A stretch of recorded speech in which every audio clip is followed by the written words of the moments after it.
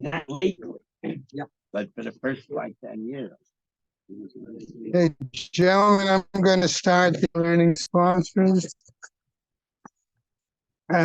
Year of Learning, Martin Lipman, family, memory of his wife, Malka Chana Bat Pinchas, friends of Herb Jeremiah Tzvi Ben Zev, friends of Sam Coleman, Shmuel Ben Yaakov, friends of Gideon Luzinski, Mordechai Shlomo Ben Meir, Bella and David Adler, in memory of her father, Eliyahu Ben Yosef HaKohen, those who were inspired by our Rebbetzin Emerita, Sheila Shapiro, Sarah, Sarah Esther Malka, Bat Mishum Yisachar, Gail and Leslie Kaplan, and Mushka Spritzer, Bat Yosef Chaim V'chava, Hanan Ben Moshe Eliezer V'chana, Pesha Bat Shmuel Yitzchak Halevi V'tzipora, Easter Ben Yoel Moshe Cohen V'chana, Rexford Friends of Gladys Sherman, Gutta Bad Meir, Michael Klein and friends of Judah Klein, Yehuda Tzvi Ben Chaim, Marsha Brana in memory of her husband, Arav Yerachmiel Ben Shmuel, friends and family of Arthur Ritholtz, Mordechai Yudel Ben Baruch Leib HaKohen,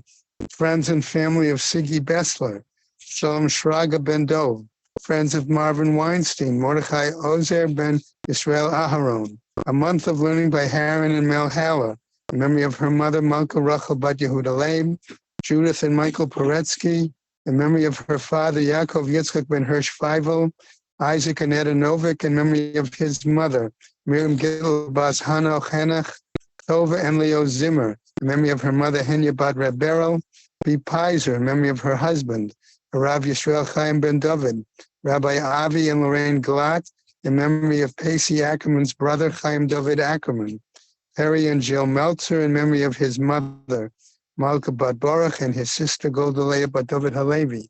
A week of learning by Mira Sennett, in memory of her mother Shosha Bat Avram Alevi, and her mother-in-law Reitza Bat Yitzchak Yaakov. Harriet Goldman, in memory of her husband Hillel Ben Gershon. Also have a day of learning by Madeline Bodlander on the occasion of Dove's special birthday. Make sure you wish him a good and happy birthday. Phyllis and Dr. Neil Nista, in honor of birth of a great-grandson, on the occasion of Judy and Keith Zauder's wedding anniversary from their children and grandchildren.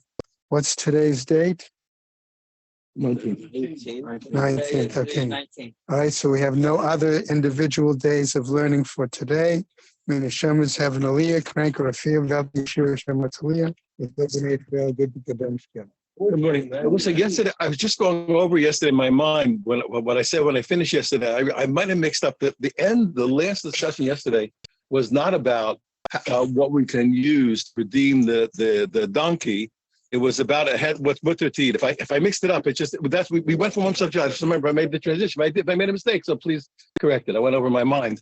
I don't remember what I said. Okay. Back to yeah, no, but it's a whole paragraph. But it's good enough. It's everybody think it was just if I said it backwards, you just no, I didn't say that. I didn't say that. I just said you could correct if you go back yourself, you'll be able to correct it. You know, it is very important to review everything, and over many years, I went to Rabbi Yashiv constantly from the time I was quite young, and I used to know where he learned on Fridays. So sometimes late Friday, I would be able, I'd catch him. I know exactly where he was. So late one Friday afternoon, I got there, and I told him a whole long story, to ask a Shaila. A whole parsha with Tzibur, everything, big story. And he answered me, and I was running to get home ready because it was quite close to Shabbos. And as I got to the street, a few streets away, so immediately, the second I left him, I would review what I said to him and what he said back to me. You missed the point. So I chazered what I said, I chazered what he said. And when I was chazering what I said, I realized that even though I didn't intend it, the way I told the story could give a very bad impression about a whole group of people.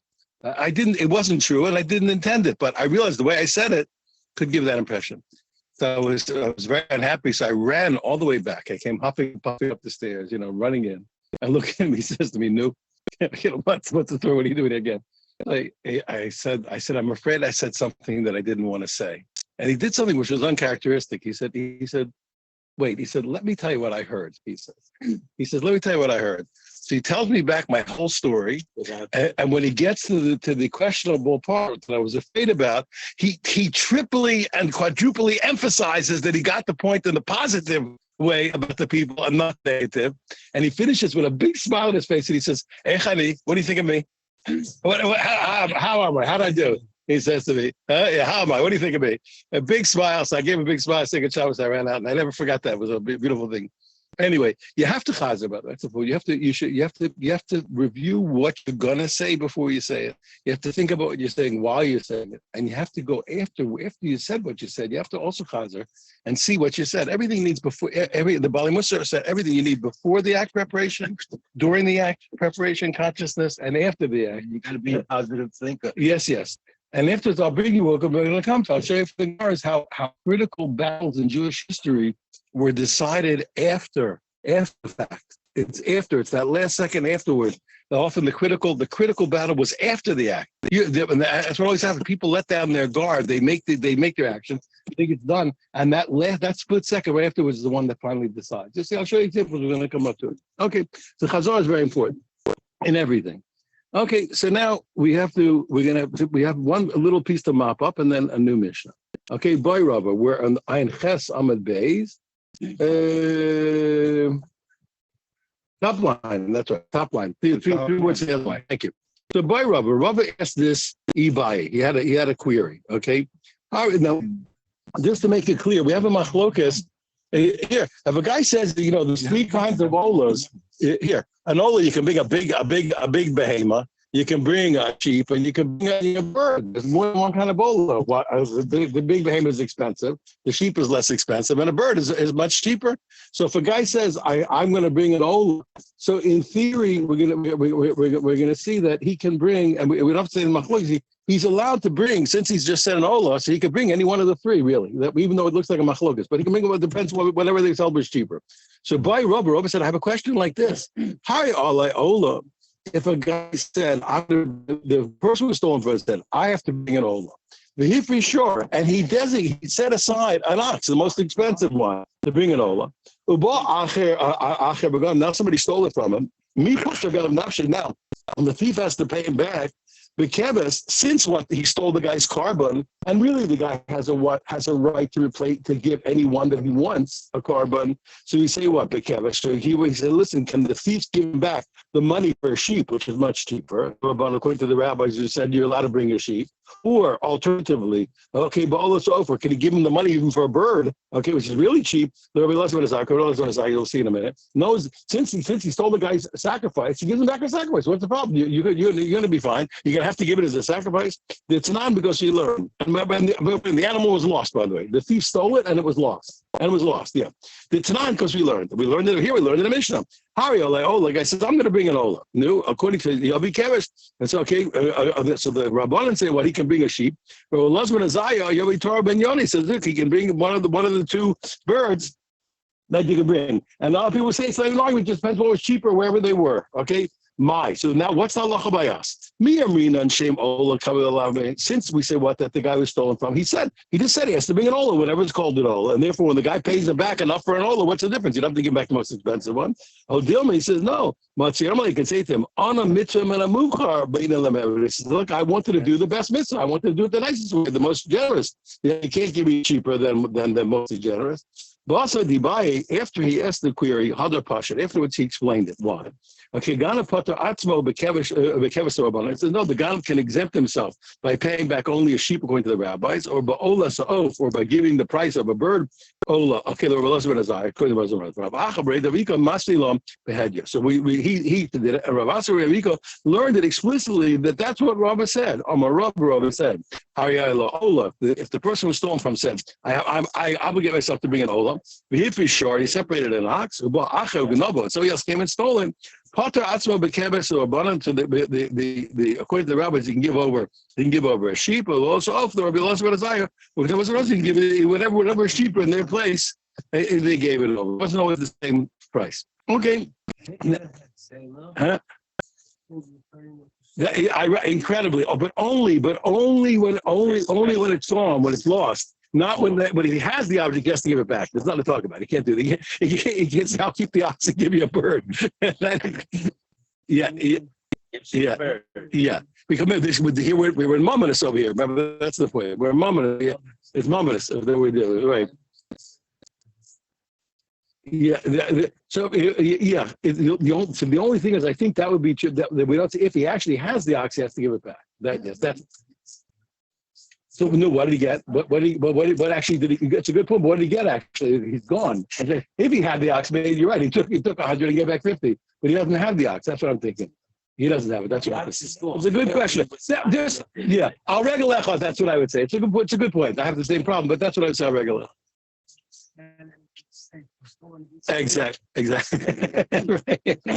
Exactly. Okay. Now I just want to remind us we've had many. We're going to revisit a point that we've had many times. We said that in order to have to pay 4 and 5, we've had a drasha in the past that said what? That said you have to sell the whole thing. Okay, umacharo, you had to sell the whole thing. You had to, it had to be the whole thing. So you have a lot of permutations of partials, and whether the person has to pay 4 and 5. He didn't really sell the whole thing. Did he shech the whole thing? And we're going to have a number of very, very, very interesting approaches. They'll all be explained in it. A guy sold. He said, "Listen, he stole an animal, and he sold it to a new guy. He says, I'm selling everything, but I'm holding back 1/100th of it. We'll see what type of 100th. Or let's say the thief, the thing that he stole was really what he owned part of what he stole. He stole from the guy he was a partner with. He stole the animal, okay? So therefore what? So therefore the thing that when he sold it, he wasn't selling 100% illegally. Why? Because one part he owned. Okay, that's the second case. Hashochet, okay, if a guy shechted an animal, but it's not, now be careful, be careful, I won't explain this. He shechted it and it was an available. Now remember, this is not what we're talking about before. But Shimon held before that any shechita that didn't yield kosher meat wasn't the shechita of the Torah. The rabbi said, no, as long as you shechted it. But here it's a little different. This is not even shechting. And I want to explain what the difference is. When you shecht an animal, even if it's a treifa, but you stop it from becoming an avela, you stop it from becoming unclean as an avela. So even the rabbis who said that the meat doesn't have to be kosher, you still gain something from the shechita. When you shecht an animal, that's a treifa, but still the animal, the shechita itself makes it that it's not unclean as a corpse. Okay, but now here's the case. He shechted it, even according to the rabbis. He shechted it, and he did a bad job. He botched the shechita. So the shechita makes it available. Now it's a corpse. Okay, now it's going to be unclean. Okay, or a guy ripped it from the nostril to the heart. He ripped the thing open. Okay, again, it's not a shechita. Or the guy ripped out the windpipes or the food pipe. In these places, he has to pay double for the stealing. But in all these cases, he doesn't pay the 4 and 5. Why is that? Number one, because you can't pay 4 and 5 unless the whole selling was wrong. But okay, so if you didn't sell the whole thing, or if part of even if you sold the whole thing, but part of what you sold belonged to you, you have to sell the whole thing, and you have to maybe say it this way: you have to sell the whole thing, and you have to sell it be'isr. You have to sell the whole thing, and you have to sell it illegally. And so if you sell everything except for one part, you didn't sell the whole thing. Even if you sold the whole thing, but part of the sale wasn't illegal because you own part of it. In all those cases, you don't have to. Huh? That's right. So the selling, even though you're still right, but exactly, but you're not selling illegally the whole animal. Okay.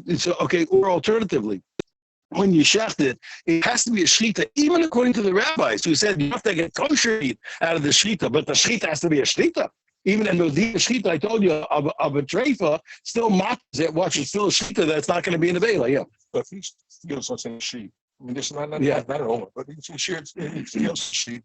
And he shears it, and he keeps the wool for himself. Hang on. I'm telling you, you can write the Gemara. You should get a new job. We have to give you a new job. I have to give you a new job. So I used to want to add a bracha every morning in the davening. Yeah, we have a bunch of brachas. We say, well, I want to add one. As the bracha to Hashem, thank you that I didn't write the Torah. Why? Because every time I learn, I see what I would have written was going to be wrong. So I'm so thankful that Hashem did it, not me, because I would have got it wrong every time. Okay. He says, "My chutz mi'acha me'ashivol." The Gemara wants to know, 1 second. What do you mean less than 100? So we're going to see what nodes. We're going to discuss what is eligible to be called missing. Okay, we're gonna see a theory. Amar Rav says, oh, I'll tell you what, he says, what? It has to be something to be called missing. It says has to be something with that the sale, just like the shita.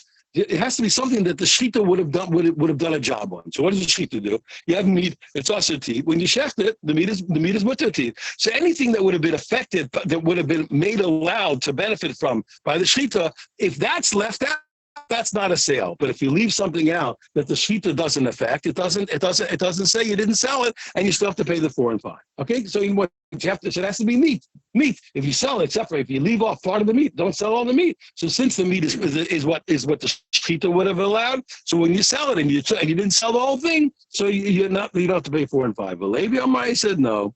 Levi said, what? He says, no, what? Forget about the meat. If you leave out the shearing, okay, even what? The shita doesn't make the shearing mutter. The shearing mutter without shita. Even so, you didn't sell the whole animal, even though the shita wouldn't have mattered it. Yes, yeah. No. That's later. This is not that. That's later. This is that it is not affected by the shita. You guys, I'm telling you, you guys should have written the Gemara here. Okay. Now, so you're saying here, this one is what? Here, Rob says what's called missing from the sale that you don't pay the 4 and the 5, just like something that the shita would have allowed me. If you wouldn't have sold something that the shita would have allowed, so that's not called selling. Okay, but Levi says no. Even things that the shita doesn't affect. Well, I'm allowed to take the shearings with shita. Without shita, it doesn't matter. You stole an animal with the wool. You got to sell. You got to sell the whole thing. If you didn't sell the whole thing, you don't pay 4 and 5. And the Gemara says, well, v'chein tana b'masnisa. And the truth is, we actually learned in a brisa exactly like Levi. Huh? What? That's my point. Levi says it doesn't matter. Rav said what's called missing when you sell it? Something that the shita would have allowed. If you don't sell that, then you don't pay 4 and 5. But it's something that the shita wouldn't have affected, like what? Like the shearing. Even if you left it out, you still pay 4 or 5. It doesn't matter. Levi says no. Even the shearing, which is not affected by the shita, it doesn't matter. If you didn't sell all the shearings, you didn't sell the wool, you're not chayav 4 and 5. And we learned a brisa like that. The brisa says, if he sold it except for the shearing, okay, he's exempt from paying 4 and 5. Okay, that's the rule. Now, Meisive, okay, so we asked the kasha 1 second. We have a brisa like this. We learn machra. Now get ready. Hold your hat on. Everything's going to be explained in time, but you're going to see a bunch of really beautiful. Each one's a beautiful viewpoint of the psukim in the Torah. Meisive, we asked this kasha. Machra chutz miyoda. He sold it except for the front leg. Okay, chutz miraglo. He sold it except for the back leg. He's keeping the front leg and the back leg. That stuff there is definitely going to become mutter from the shita. Chutz mikarno. Or if he sold it except for the horns, not affected by the shita. Ein mashal and tashlu b'arba v'chamisha. Chutz mikizasel, pardon me. Or if he sold it except for the shearing, ein mashal and tashlu b'arba v'chamisha. You don't pay 4 or 5. Okay, you don't pay 4 or 5. I don't care what you didn't sell. Whatever you didn't sell, you don't pay for it. You have to sell the whole thing. Rabbi says, no. Davar ma'akev b'shchita. Now be careful. This is something that would have stopped the shchita from stopping it from being an avela. From stopping it from being an avela. In other words, not anything that would have made the shchita not a shchita. I told you, what's the difference? When you shecht a treifa, the shchita is a shchita. I hope I'm communicating. When you shecht a treifa, the shita is a shita. The meat's not going to be kosher because the animals are treifa. The animals are treifa, but your shita is good, and the corpse is not what? It's not an avela. The corpse is not an avela. Okay, that's the difference. But it's still a good shita. But there are certain things that make it an avela while it's alive. If certain things are gone from the animal, it's an avela while you're alive, and the shita, it stops the shita from stopping it from being an avela. Okay, what is that? So he's ready. Says no. If you leave out anything, okay. Anything that had been taken away in the lifetime of the animal would have turned into a living corpse, okay, and you didn't sell that. Anything that would have stopped the shita from being a shita, you don't pay 4 or 5. If you sell it less, something that would have ruined the shita from being a shita, you don't pay 4 or 5. Yeah, not like a shechita, but anything that you don't sell, that had you taken it out of the animal's lifetime, wouldn't have turned it into a living corpse. Okay, Misham Tasher Rav Chavish, you pay 4 and 5. That's his theory. And the things that would have ruined the shechita is what you can't not sell. Rabbi Shimon ben Elazar may say a third theory. Chutz mikarna, amazing. Ain't a mashali. Okay, Tasher Rav Chavish. If he left out the horn, he doesn't pay 4 and 5. Okay, includes me sal, but if he left at the shearing, he doesn't. He has to pay 4 and 5. Wow, that's a hybrid. We got to see what the heck he's talking about. Now, Gemara said, listen, in the process of straightening things out, understand everybody. Bishlam Levi, understand. Levi said, listen, and Levi said, I don't care. He says, I don't care if I don't care if the shita makes it mutter, the shita doesn't make it mutter. Whatever you stole, you have to sell. You have to sell all of it. You left anything out from what you stole, you didn't sell. What you stole, you didn't sell. You don't pay 4 and 5. Bishlam Levi, Katakama, that's easy enough. Levi fits perfectly. The Tanakama says, I don't care. The Tanakama said, I don't care if you left out a leg. I don't care if you left out a horn. I don't care if you left shearing. If you didn't sell the whole thing that you stole, you don't pay. Levi fits perfectly with the Tanakama. That's fine. The Rabbah, according to Rabbah, says, well, there has to be something that became mutter from the shita. Okay. You leave that kind of thing out, leaving the horns or leaving out the shearings or the shearing is not going to make any difference. Come on, okay? He says, who is he like? He doesn't work according to anybody. Why? Let's take a look.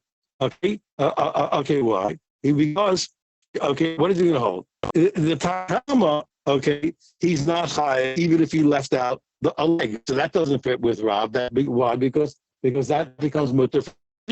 According to Rebbe, who says, well, that's something that stops the sheep from being a shita. He's according to Rebbe, even if he left something out that the sheep will make mutter, like a leg, he's still not exempt. Okay, according to Rebbe, why? Okay, unless he left over something that stops the sheep from being a sheep, that means something that turns the animal to a veil. It's not like a leg do that. Okay, the last opinion, if he leaves the horn, okay, he doesn't pay 4 and 5. According to Rebbe, horn certainly, according to Bob, probably the horn is certainly not by the shita. So what Tana could Rav be according to? We know what to do. Amar Rav says, don't worry. Amri, so they said in the base finish, don't worry. Rav, okay, Rav, Tana. You're right. Rav is according to a second version. The truth is there's another brisa with a new version of Rabbi Shimon Elazar. Okay, the Shimon Elazar in our brisa said what? Well, we differentiate a horn. He does if it's a horn. Okay, if he leaves out the horn, he doesn't pay 4 and 5. If he leaves out the shearings, okay, he does pay the 4 and 5. So he said, so now we have a new version of Rabbi Shimon Elazar. The Tanya goes to Rabbi Shimon Elazar Omer, and a different brayta. Look at that. This is going to fit beautifully. If he sold it except for the front leg or the back leg, things that are what? That are affected by the shita, he doesn't pay 4 and 5. But but if he sells it except for the shearing, Mishan Tashur pays 4 and 5. So that fits perfectly with Rav. He said what? Things that are affected by the shita, the legs, okay, are stop you from paying the 4 and 5. Because okay, and things that aren't affected by the shita, like the shearing, that doesn't stop you paying 4 and 5. All right, but my commitment, okay, so good, we got it set up. But what's the difference between the two opinions of Rabbi Shimon Elazar? The first Rabbi Shimon Elazar, what differentiates between a horn and shearing, okay, and the second one doesn't. Horn and shearing is we're going to assume is the same. So what is it? So how come if we don't care about things that, let's say, they're not affected by the shita, why do we differentiate between the horn and the shearing? The answer is like this. Tanakama, okay, the first opinion that said what? That even if he left out the Tanakama, our original Tanakama. I'm sorry. I said wrong what I said. I'm sorry. I said wrong. Here, what's the argument of all the Tanaim that we learned? We're going to analyze everybody in the brisa. Okay? Everybody in the brisa. We're going to explain now what's it. It'll all come out. What's the opinion of all the different opinions? The Tanakama, Rebbe, Rosh Elazar. But what's the argument? Tanakama, the first opinion that held just like Rav, that said, well, I don't care what you left out. I don't care, pardon me. The Tanakama held like Levi, okay? I don't care what you left out. You don't pay for you don't pay 4 and 5 summer. What does he hold? Because he says utavacho. It says you have to shecht it. Kulabin, you have to shecht all of it. Umacharo. Okay. It's really omacharo. Okay. Kulabanin. You have to what? You have to sell all of it. And therefore what? So if you didn't sell everything that you stole, you don't pay 4 and 5. I have a Rebbe. What did Rebbe say? No, it has to be something that turns the shita into a non-shita. Sabar utavacho, you shecht it. It has to be something that's going to affect the shita. So as opposed to what? Something that's not going to affect the shechting. And since it says what? Utavacho o macharo, you shecht it or you sell it. Okay, so therefore what? Umacharo dumya de utavacho. You have to say what? The rule by selling is like shechting. So just like by shechting, you have to leave out something that would have stopped the shita from being a shita, a thing that would have turned it into a living corpse. Okay, so also by selling, you have to leave out something that would have stopped a shita from being a shita. That's Rebbe. That's easy enough. Rabbi Shimon ben Elazar, he says what? Well, he said what? How do you make a difference between what? A horn. Leaving out a horn, stop them being 4 and 5. Leaving out the shearing doesn't. Okay, sabar kind of the migzah kaim. I'll tell you why. Because horns, a horn is we don't harvest horns from animals. Okay, heavy shear. So if you left it out, it's part of the animal. You left it out, so you didn't sell the whole animal. You don't pay 4 and 5. Okay, but gizo sell. But since shearing by definition, the lemigzei kaimi, it's always everyone expects to shear shearings. It's not really part of the animal. Let me shear. That's not called leaving anything over. Since I had to sell the whole animal, I saw the shearings was never meant to be part of the animal. So therefore, what I sold the animal, it's always going to be there. I sell a horn is always going to be part of the animal. If I don't sell it, I didn't sell it. But shearings is supposed to go away. So if I didn't sell the shearings, it doesn't make a difference. I, Rabbi Shimon Elazar, okay, and what did Rabbi Shimon? Okay, and now what did? Yeah, okay. That's what he said. Okay, good. Now, that's why I jumped ahead before. Now, what about the second opinion of Shimon Elazar? How come the second opinion doesn't differentiate between the horn and the shearings? Okay. So what did he hold? The answer is he holds Yoda Baragla, the Tzricha. He says, listen. He says the legs, okay. Yeah. Okay.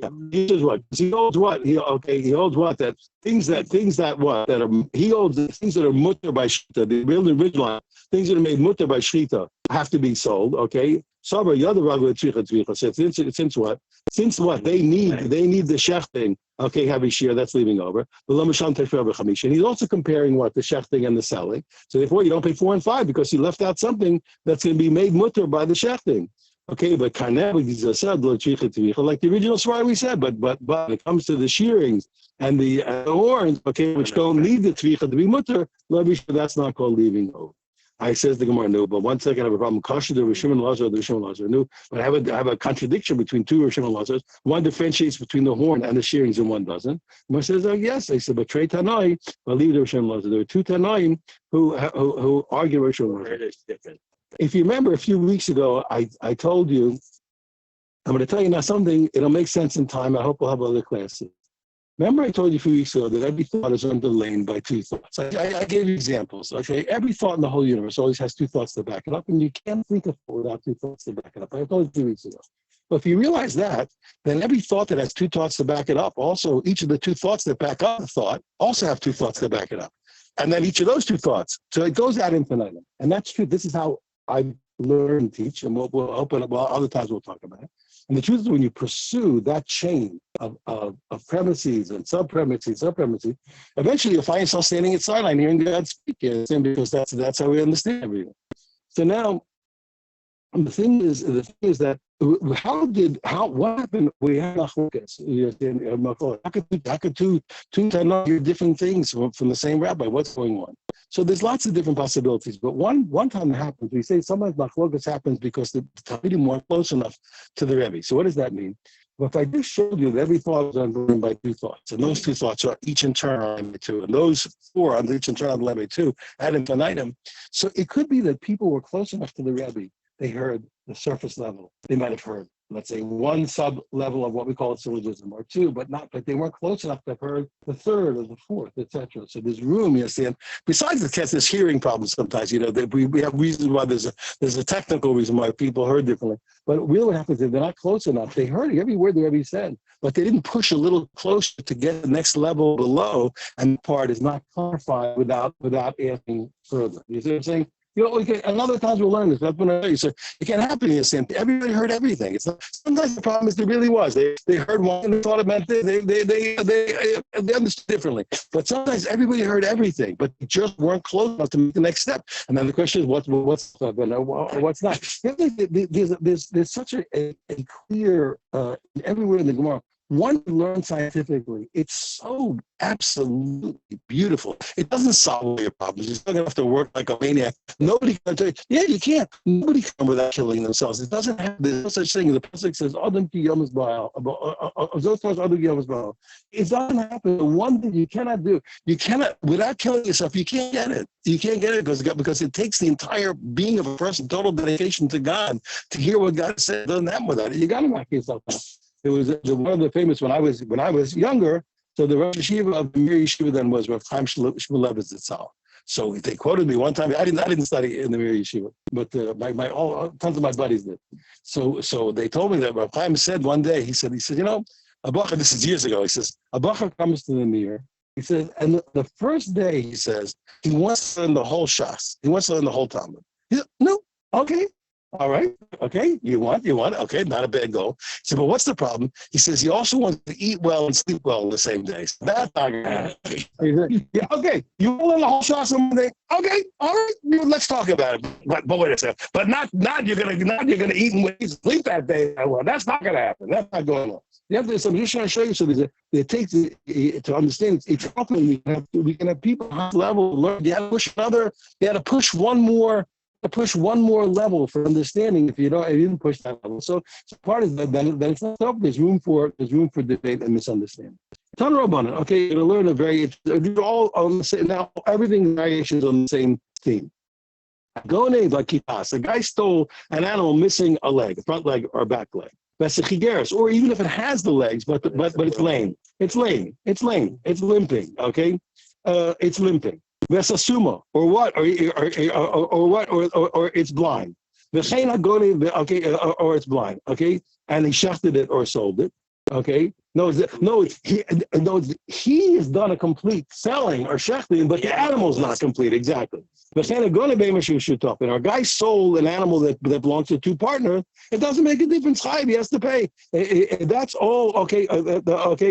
Even though what I think's missing a leg or whatever it is, it doesn't matter. He sold exactly. He sold everything, and he sold everything illegally.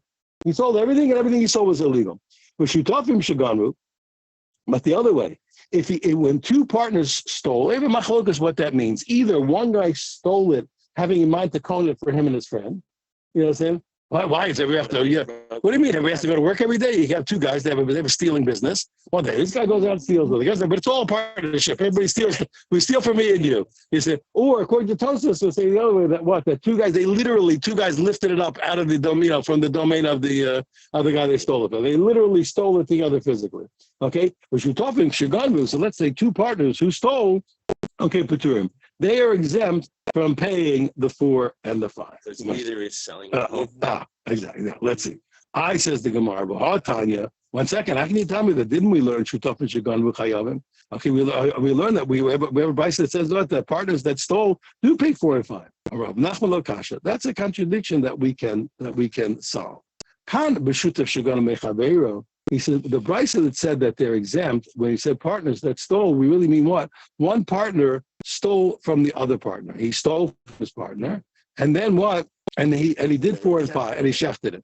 Okay, so now he's not going to have to pay his chelik in the animal. He doesn't know 4 and 5, but he didn't sell it illegally. So that's why he's exempt. Okay, he's exempt because And Khan, where do we say that partner's obligated? It's when that's when partners stole from somebody else, obviously, and since they stole it, Okay, and they have to pay 4 and 5. And even though you're right, even though each of them was only paying half of the 4 and 5, but it's still called the full payment. Don't make a mistake.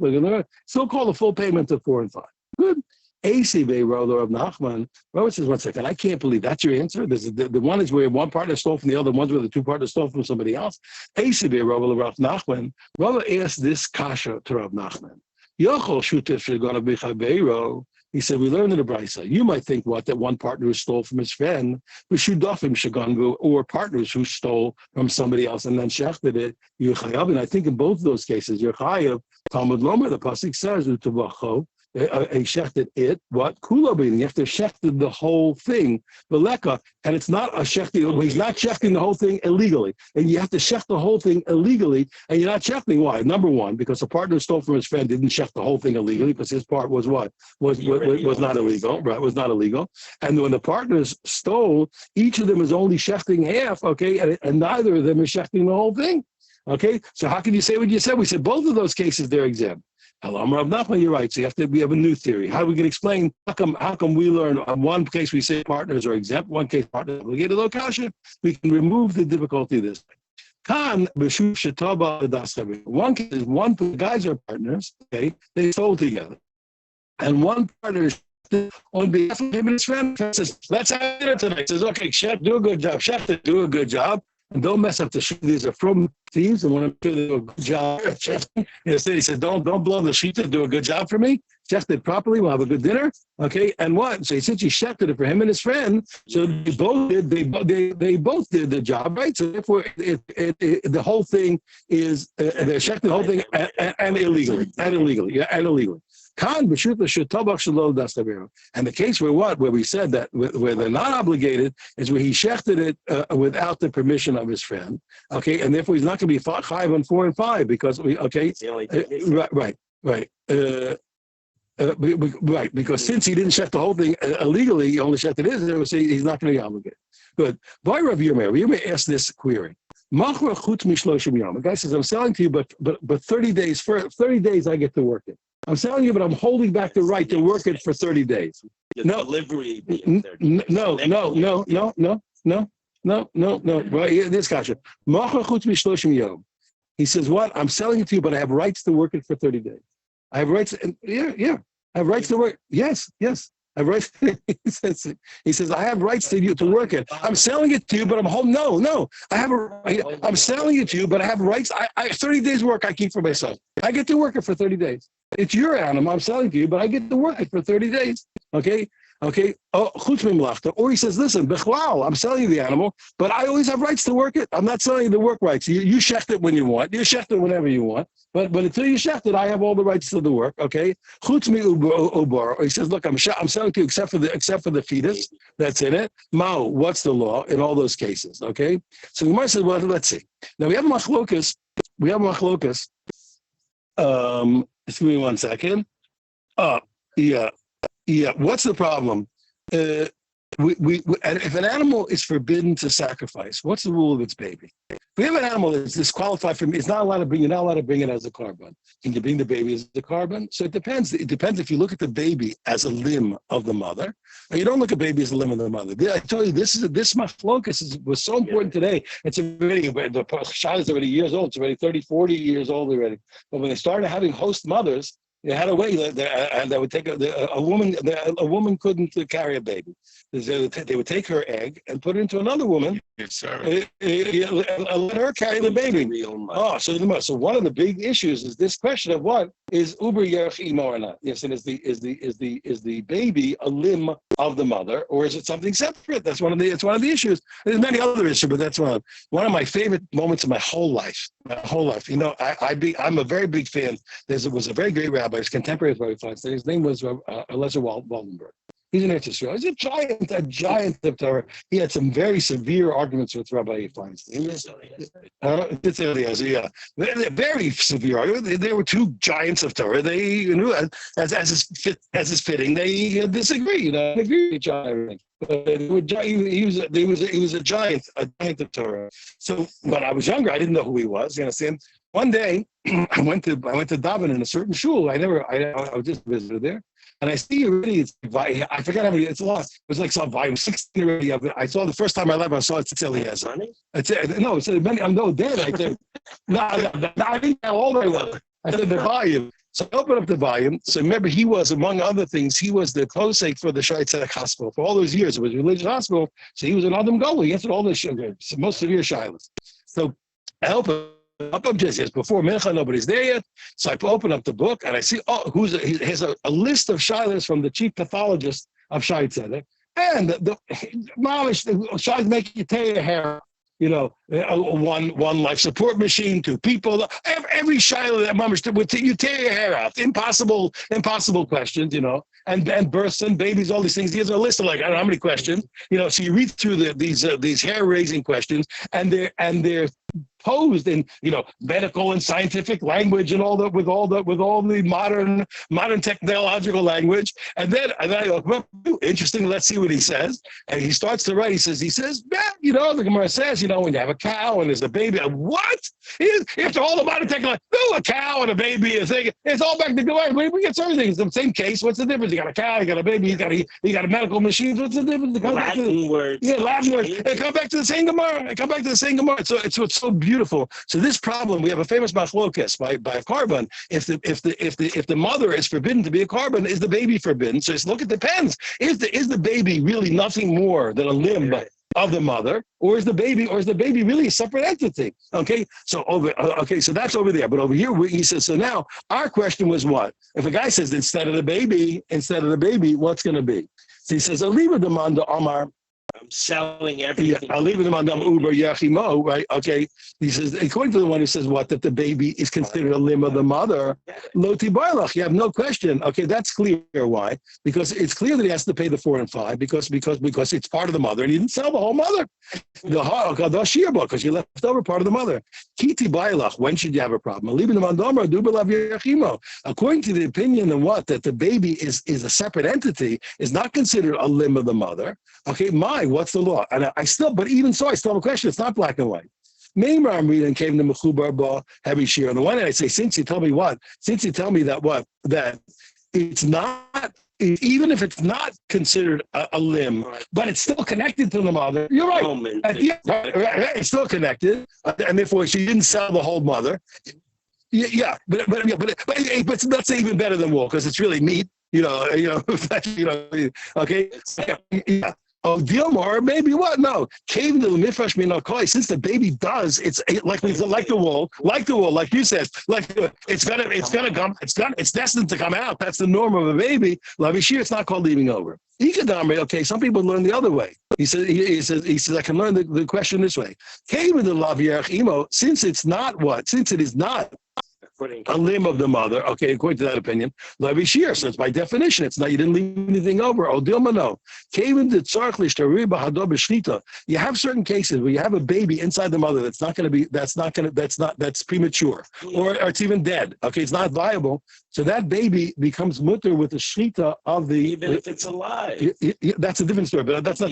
But that's not the case here. The case here, the baby's in the mother. Yeah, but I'm saying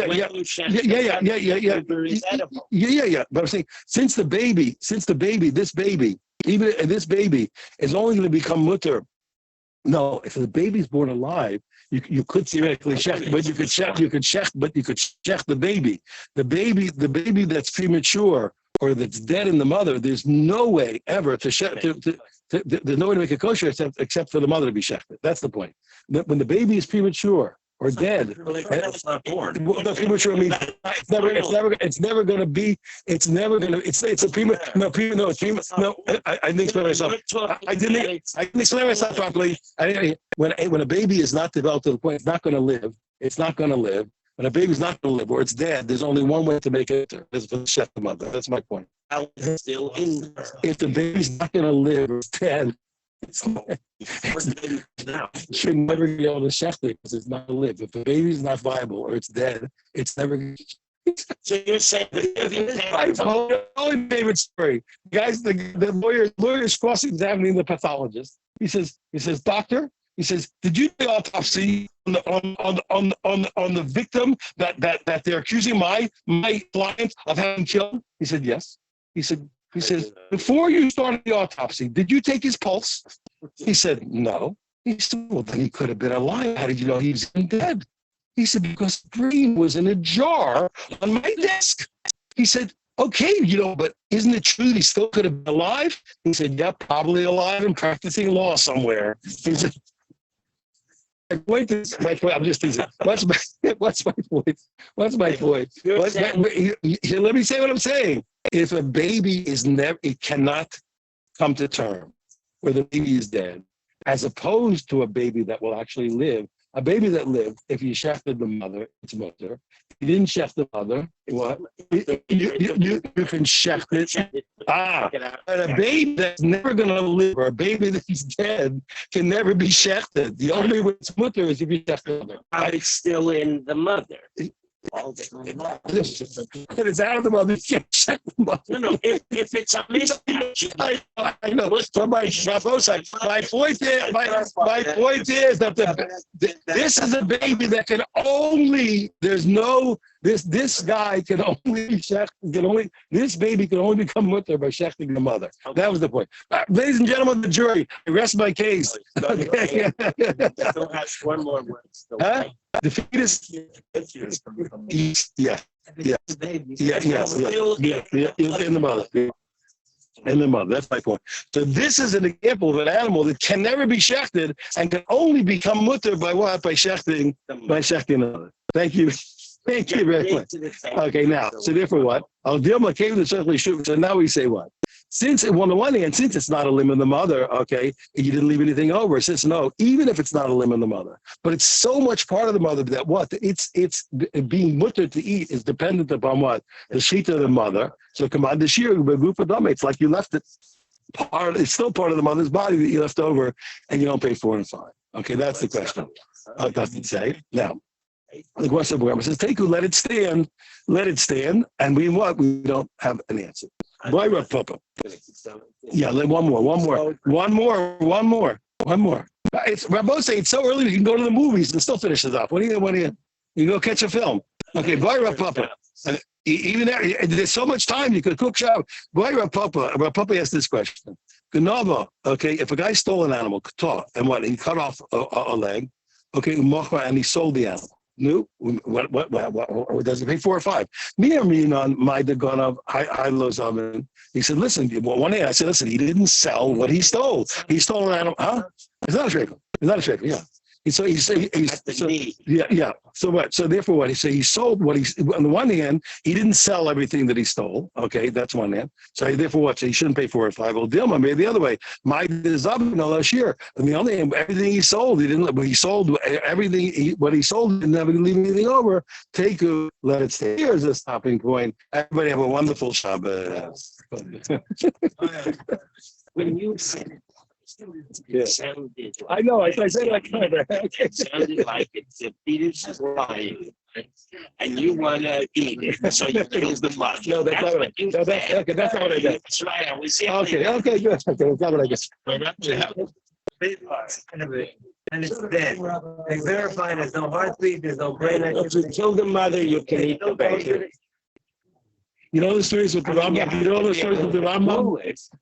You know the stories of the Rambam? There's famous story where everybody, the Rambam, they wanted to kill him when he wrote his book. Today, everybody loves the Rambam, but he was a radical. They didn't like it. So a guy comes to argue with him. So he sees the Rambam for lunch. He goes out, he takes a can, and he smashes it over the head with a sledgehammer, and comes in to push it on the fire. And wants to know. And he offer. He offers the guy. He does like 10 things like that, like all kinds of strange things. So if they tell, listen, that one was the baby with the mother was shechted, and this one was this. He says, you see what on the surface, you don't understand what you're looking at. So when you look at my book, he says, look a little deeper before you knock my book. He says. How come to you to go on there to bring up the union of the high of the animal? The high is not affected in any way by the. Why did they mention it before it's dead? Then it's No, but it means the sleep.